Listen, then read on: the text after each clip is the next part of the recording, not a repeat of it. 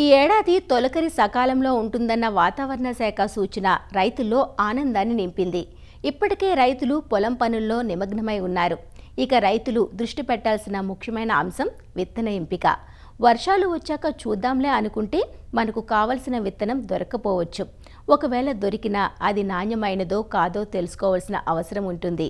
కొందరు ఆదరబాదరాగా దొరికిన విత్తనాన్ని తెచ్చుకుని వేసుకుంటున్నారు. దళారీల వద్ద తక్కువ రేటుకు దొరుకుతుందని బిల్లులు లేకుండా విత్తనాలను కొనుగోలు చేస్తున్నారు. దీంతో విత్తన నాణ్యత లేక ఒక్కోసారి మొలక సరిగా లేకపోవటం, మొలిచిన దిగుబడి అంతంత మాత్రంగా ఉండటం లేదా అసలే రాకపోవడం మనం చూస్తూనే ఉన్నాం. కాబట్టి ఇప్పుడే మనం వేయాల్సిన రకాన్ని నిర్ణయించుకొని విత్తనాలను సమకూర్చుకోవడం మంచిది. కాబట్టి విత్తన ఎంపికలో రైతులు ఎలాంటి జాగ్రత్తలు పాటించాలో తెలియజేస్తున్నారు ప్రొఫెసర్ జయశంకర్, తెలంగాణ రాష్ట్ర వ్యవసాయ విశ్వవిద్యాలయం వరంగల్ ప్రాంతీయ వ్యవసాయ పరిశోధనా కేంద్రం పరిశోధనా సహసంచాలకులు డాక్టర్ ఉమారెడ్డి. జనరల్గా ఇప్పుడు రైతాంగం అంతా కూడా అంటే ఇటు వరి కానీ లేకపోతే మెట్ట పంటల లోపల ముఖ్యంగా పత్తి, మొక్కజొన్న, కందులు, పెసలు, మినుములు ఇట్లాంటి వేసుకునే రైతులందరూ కూడా విత్తనాల గురించి ఇంకొక వారం 10 రోజుల లోపల మొదలు పెడతారు. అందరూ కొంచెం 2 చినుకులు పడంగానే రైతులందరూ ఇదే పనిగా ఎంక్వైరీలు చేయడం, తిరగడం మొదలు పెడతా ఉంటారు. ఈ సందర్భంగా రైతులకు తెలియజేసేది ఏంటంటే పంటలు 2 రకాలు ఉంటాయి ముఖ్యంగా. ఒకటి ఏంటంటే స్వపరాగ సంపర్కం జరుపుకునేటువంటి, ఒకటి పరపరాగ సంపర్కం.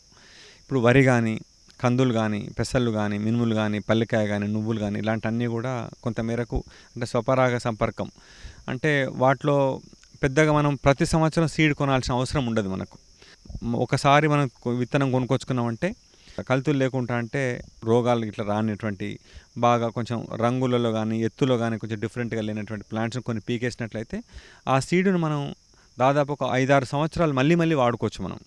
సో కాబట్టి వడ్లల్లో కానివ్వండి, పల్లికాయలు కానివ్వండి, కందులలో కానివ్వండి, పెసళ్ళలో కానివ్వండి, మినుములు కానివ్వండి, నువ్వులు ఇవన్నీ కూడా ఒక్కసారి మీరు విత్తనాలు తీసుకొచ్చుకున్నారంటే ఒక 5-6 సంవత్సరాల వరకు విత్తనం లోపల ఎలాంటి నాణ్యతా ప్రమాణాలు దెబ్బతినకుండా పూర్తి స్థాయిలో దిగుబడి వచ్చేటట్టుగా ఉండేటట్టుగా చూసుకోవడం కొరకు సేమ్ మీ సీడ్ని మీరే వాడుకోవచ్చు. ఏ కారణం చేతనైనా మీ పొలంలో అలాంటి సీడ్ దొరకకపోతే మీ ఊరిలో మీ పక్కా రైతు దగ్గర కూడా తీసుకొని వాడుకోవచ్చు మీరు.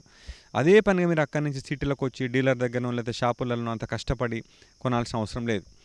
ఇంకోటి ఏంటంటే ఒకవేళ కొనుక్కున్నా కూడా మీరు అందరూ ఒకే రకాన్ని కావాలని పెట్టుకుంటే కూడా ఆ పర్టికులర్ రకం అనేది అందరు రైతులకు అందుబాటులో ఉండదు. అది అప్పుడు ఏమైతే ఉంటుంది, మీరు రైతులు ఎక్కువ అడుగుతున్నారు కాబట్టి షాపులలో వీళ్ళు కూడా అదే సీడ్ను సరే కొంచెం మంచిగున్నా లేకున్నా అమ్మడానికి ప్రయత్నం చేస్తూ ఉంటారు. దానివల్ల కల్తీ సీడ్ అయితే ఉంటుంది. అట్లా అవసరం లేదు. ఎందుకంటే ఏ పంటలోనైనా సరే దిగుబడులు అనేది కేవలం రకాల మీదనే ఆధారపడి ఉండదు. రకం కొంత మేరకు, దానికంటే కూడా వాతావరణం, యాజమాన్యం చాలా ఇంపార్టెంట్.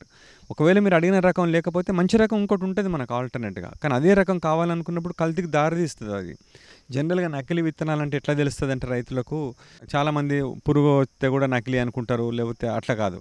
దానికంటే కూడా మీరు వేసినటువంటి పంట ఎగుడు దిగుడుగా ఉండడం, పూతకు అన్నీ ఒకేసారి పూతకు రాకుండా కొన్ని ఒకసారి పూతకు వచ్చి కొన్ని ఒకసారి పూతకు రావడం, ఇట్లాంటి తేడాలు కనుకుంటే తప్పనిసరిగా మీరు నకిలీలా భావించి దానికి ఇమ్మీడియట్గా వ్యవసాయ శాఖ మొట్టమొదటగా మీరు సంప్రదించాల్సింది వ్యవసాయ విస్తరణాధికారి కానీ వ్యవసాయ అధికారి కానీ. దానికి ఒక లెటర్ ఇచ్చి ఆ లెటర్ అతనికి ఇచ్చినట్టుగా ఒక రిసీట్ కాపీ మీ దగ్గర పెట్టుకోండి. సో వాళ్ళు డిఏఓ ద్వారా సంబంధిత శాస్త్రవేత్తలకి ఒక కమిటీ ఉంటుంది, డిస్ట్రిక్ట్ కమిటీ, వాళ్ళు విజిట్ చేసి దానికి సంబంధించి రిపోర్ట్ ఇస్తారు. తద్వారా మనం పరిశీలించవచ్చు మనం.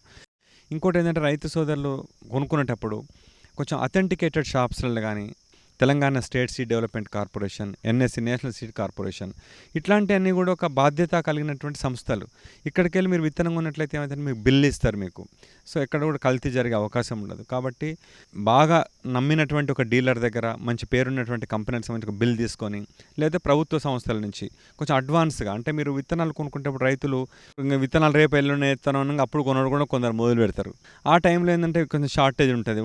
అప్పుడు అటు ఇటుకి ఏది పడుతుంది కదా అందుబాటులో ఏది ఉంటుంది కొనుక్కోవాలనే ఆతృత లోపల ఇక మీరు ఇవన్నీ చూసే ఉండే అవకాశం ఉండే. కాబట్టి కొంచెం ముందుగానే ఒక 10-15 రోజుల ముందుగానే తీసుకొని ఆ బిల్లును తప్పనిసరిగా మీరు ఆ బిల్లు తీసుకునేటప్పుడు కూడా దాని మీద బ్యాచ్ నెంబర్ ఉందా లేదా, ఆ సీడ్ పేరు ప్రాపర్గా రాసినారా, ఇట్లాంటి వివరాలన్నీ కూడా పూర్తిగా ఉండేట్టు తీసుకొని దాన్ని ఒకసారి ఫోటో తీసుకొని వాట్సాప్లో పెట్టుకుంటే మీరు అంటే మీరు బిల్లు పోయినా కూడా మీకు తర్వాతనైనా మీకు ఫొటోస్లలో ఉంటుంది అది. ఇంకోటి ఏంటంటే విత్తనం కొన్న తర్వాత కూడా మీరు డైరెక్ట్ సోయింగ్ చేసే కంటే ముందు ఒక రాత్రి కొన్ని గింజలను మొలక శాతం పరిశీలించండి మీరు.